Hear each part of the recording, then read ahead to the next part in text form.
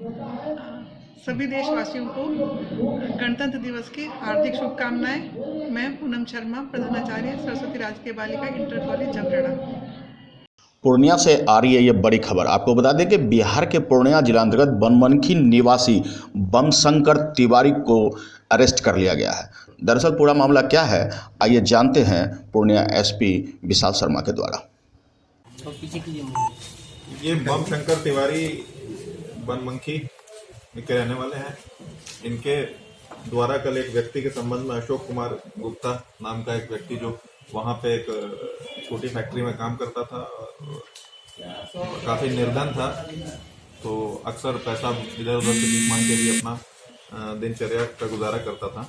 तो उसके साथ इनके द्वारा कल मारपीट की गई थी, ये प्रिटेक्स्ट लेकर के कि ये जब इनके द्वारा मारपीट कर दी गई थी तो पुलिस को सूचना दी गई कि इन्होंने किसी आतंकवादी को पकड़ा हुआ है, और इनका परिचय पूछा जाने पर इन्होंने अपने आप को एक आईपीएस अफसर बताया 2013 बैच का।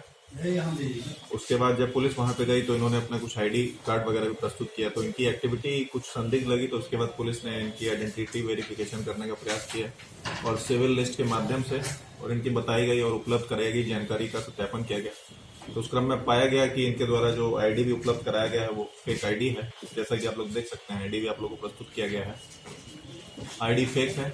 और उस फेक आईडी के माध्यम से अक्सर पुलिस वालों पे भी रौब जमाते थे, क्योंकि जो छोटे कर्मी होते थे वो ये अपने आप को खुद को एसएसपी बताते थे, जिस क्रम में छोटे जो कर्मी होते थे लिहाज के मारे इनका आइडेंटिटी वेरीफाई नहीं कर पाते थे, और स्थानीय जो लोग थे, ग्रामीण थे, उनको भी अपने आप को आईपीएस और एसएसपी बता के उनके ऊपर भी रौब जमाते थे। कल जब इन्होंने उस व्यक्ति के साथ मारपीट कर दी तो कुछ स्थानीय लोगों ने आपत्ति दर्ज कराई, तो उस आपत्ति दर्ज कराने के बाद ही इनके इसका फर्जीवाड़े का भांडाफोड़ हुआ। ये आप जैसे कि देख सकते हैं, इन्होंने ये एक फर्जी आईपीएस का अपना एक आईडी कार्ड भी इस प्रकार से बनाया हुआ है जो पूर्ण रूप से नकली है, जिसका सत्यापन किया गया। और जांच क्रम में हम लोग ने फेसबुक पे भी देखा तो इन्होंने काफी फोटोग्राफ्स वगैरह अपना यूनिफॉर्म में अपलोड किए हुए हैं, और इसमें कुछ फोटोग्राफ्स में आप देख सकते हैं कि इन्होंने जो ये टिप्स वगैरह लगाए हुए हैं, स्टार्स वगैरह लगाए हुए हैं, वो भी ठीक तरीके से नहीं लगाए गए हैं। संभवतः इन्होंने बस जानकारी के अभाव में, और आप देख सकते हैं कुछ पुलिसकर्मियों के साथ भी इन्होंने फोटो खिंचाए हैं, अपने आप को एसपी एसएसपी सिपाही है कोई तो फिर वो वेरीफाई नहीं करता है कि मान के चलता है कि ठीक ही बोल रहे होंगे, तो ऐसे आम जनता के साथ साथ छोटे कर्मियों को भी बेवकूफ बनाते थे, और इसी क्रम में इनके कल भंडाफोड़ हुआ।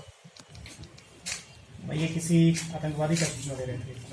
इनका जब इनके द्वारा मारपीट कर दिया गया और स्थानीय लोगों के द्वारा आपत्ति की गई, जब मामला बिगड़ता देखा तो इनके द्वारा पुलिस को बोला गया कि एक सीक्रेट सर्विस में काम करते हैं और इन्होंने एक आतंकवादी को पकड़ लिया। जब पुलिस वेरिफिकेशन किया गया तो वो जो बेचारा गरीब था वो एक भिखारी टाइप का आदमी था, और वहाँ पे काफी लंबे समय से वहीं पे रह रहा था, ऐसा भी नहीं कि वो बाहर से कहीं से आया था। बाद में जब इनका वेरिफिकेशन किया गया तो इनके द्वारा उपलब्ध कराई गई सारी सूचना गलत पाई गई। इनके ऊपर एफआईआर दर्ज करके अब अग्रतर जो कार्रवाई है विधि सम्मत कार्रवाई की जा रही है।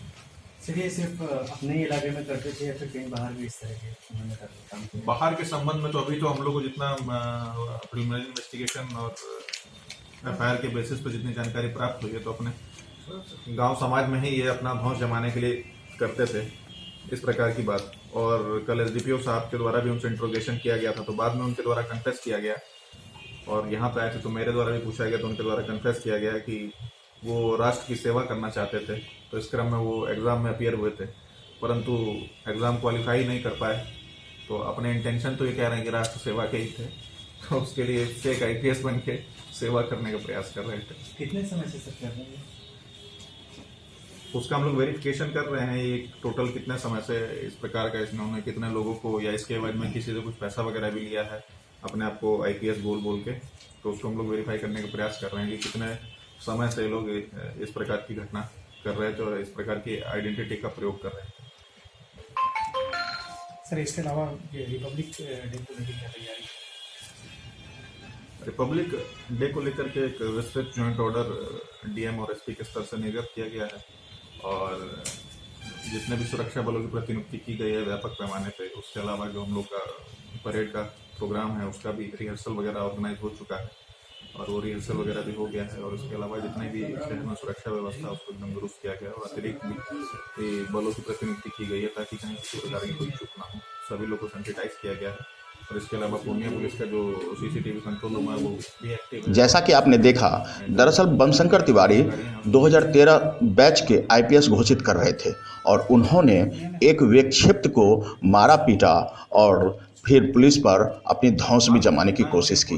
पूर्णिया एसपी को कॉल करके उन्होंने आतंकवादी पकड़ने की बात भी कही। बनमनखी डीएसपी विभास कुमार की सूझबूझ व कर्तव्य निष्ठा की वजह से तत्काल ही उपरोक्त जानकारी अपने वरीय पदाधिकारी को दी गई और तत्पश्चात जांच और कार्रवाई शुरू हो गई। तो बता दें कि जांच में बमशंकर तिवारी द्वारा दिया गया आईडी फर्जी पाया गया। इसके बाद उन्हें गिरफ्तार कर लिया गया। विभिन्न धाराओं के तहत उन्हें गिरफ्तार कर जेल भेज दिया गया। तो आज के लिए इतना ही। हमारे साथ बने रहिए और खुद को रखें अपडेट। तो देखते रहें अनुभवी आंखें न्यूज और हाँ, पढ़िए भी अनुभवी आंखें अखबार। हमारे वॉलंटियर सदस्य बनिए और आधार कार्ड फोटो कार्ड की फोटो कॉपी भेजते हुए हमें इस नंबर पर कॉल कीजिए 8826227802।